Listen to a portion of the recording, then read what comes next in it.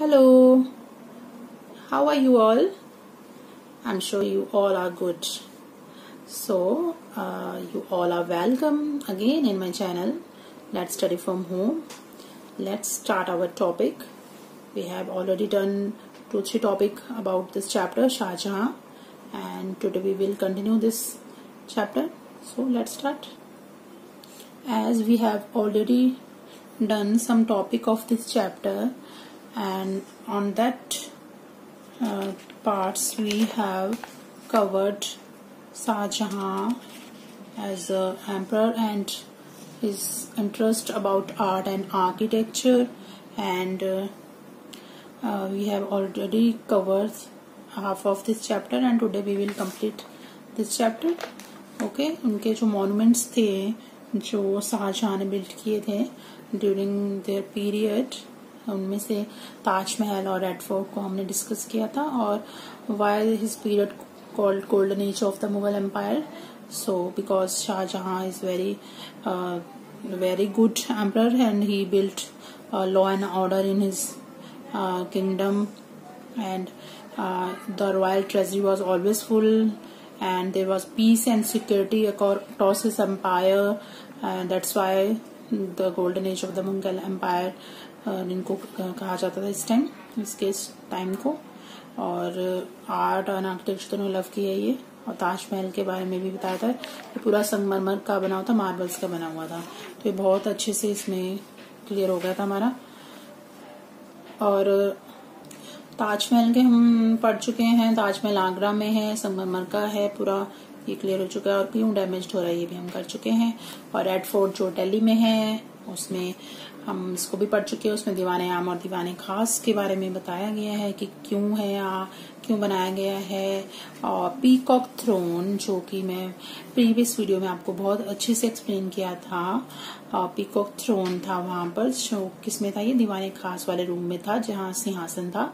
उसको peacock throne कहा जाता था. क्यों कहा जाता था?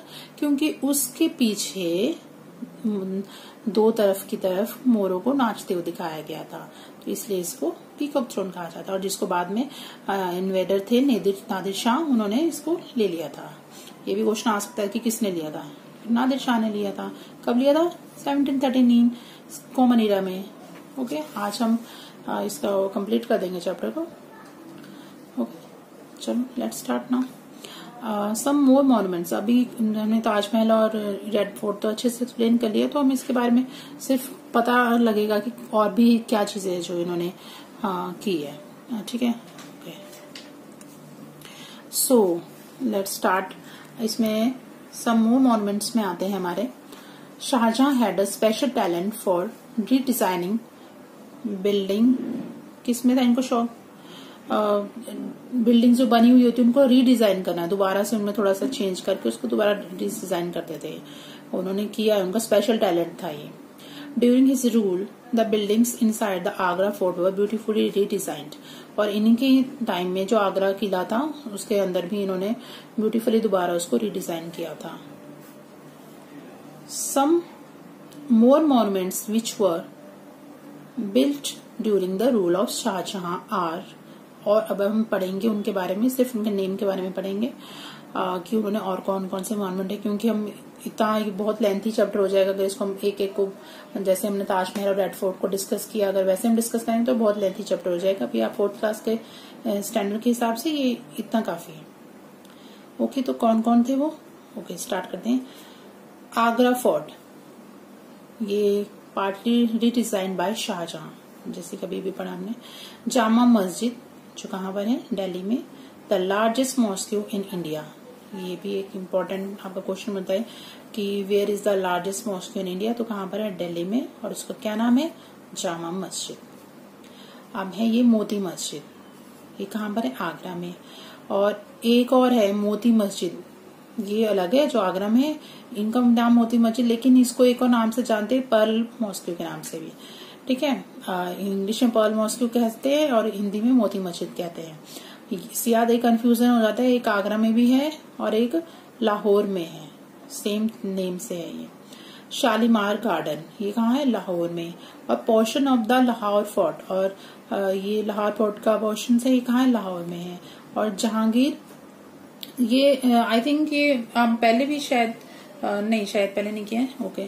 ये है नेक्स्ट है हमारा जहांगीर मौजोलियम, ये कहाँ पड़ता है, उज्बेकिस्तान में। सोचिए कहाँ है, जहांगीर मौजोलियम है ये, एक तरफ से इसको आप मौजोलियम, एक तरह से कब्र कह लीजिए आप। ये कहाँ पर है, उज्बेकिस्तान में है ये। एंड शाहजहां मॉस्को कहाँ है, पाकिस्तान में है, ठीक है। ये पाकिस्तान में है और ये उज्बेकिस्तान में है, ठीक है। जो मौजोलियम है ये क्या होता है, special building which has the grave of an important person और the graves of a family, जहां पर उनकी खुद की पूरी फैमिली की ग्रेव्स होती है या किसी एक इम्पोर्टेंट पर्सन की ग्रेव होती है, तो उसको ये मौजोलियम के नाम से जानते हैं, ओके। तो ये है इम्पोर्टेंट चीजें जो उन्होंने बनाई है। और आर्ट के टाइम क्या है, तो उसमें हम पढ़ते हैं अदर फॉर्म्स ऑफ आर्ट। तो इसमें हम देखते हैं some of the best poets, philosophers, scholars, writers and artist resided during the reign of Shah Jahan. देखिए ये भी एक इम्पोर्टेंट चीज, ओके। मीन्स बहुत ही अच्छे बेस्ट पोएट, फिलोसफर्स, कवि थे, और आपके जो बहुत स्कॉलर्स भी, जिनको बहुत ज्यादा नॉलेज किस चीज के बारे में होती है, बहुत ज्यादा ज्ञानी होते हैं, पंडित होते हैं। और फिलोसफर्स तो हमारे दार्शनिक्स हो गए, राइटर्स, लेखक एंड आर्टिस्ट, जो हमारे ये रचनाकार होते, कलाकार होते हैं। इनके बहुत ज्यादा लोग मतलब वहां पे रहते थे उसके टाइम में, शाहजहां के टाइम पे। वहां पर उनका मतलब एक तरफ से घर था या बसते थे उस जगह पर। सम ऑफ द बेस्ट पोएट्स, जो बहुत बेस्ट पोएट थे उस टाइम के, वो शाहजहां के टाइम में ही थे। उस टाइम वहां वो उसके साम्राज्य के दौरान वहां रहते थे। Artist created paintings using gold and studded with precious stones, और जो आर्टिस्ट थे वो पेंटिंग बनाते थे गोल्ड को यूज करके, सोचिए गोल्ड के यूज करके, और जो प्रीशियस स्टोन्स थे उसको भी उसमें यूज करते थे वो।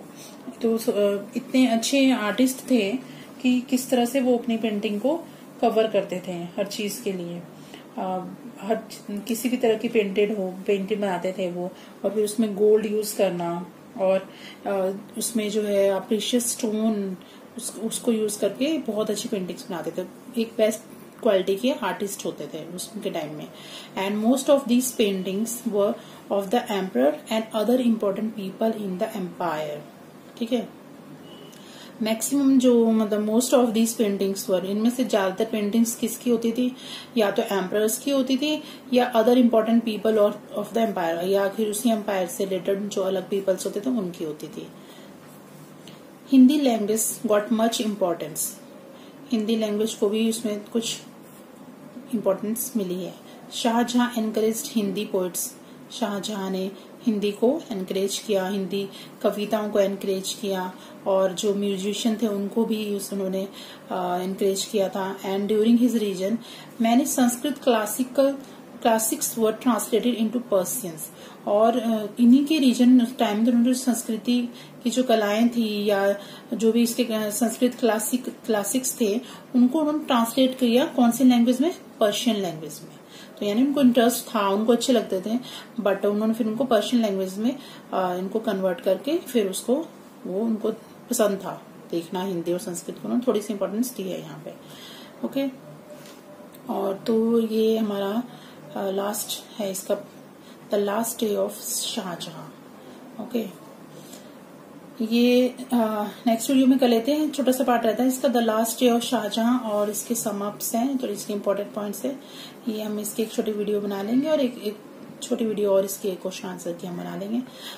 तब तक के लिए thank you so much, and please like and subscribe my channel. Thanks for watching, thank you so much.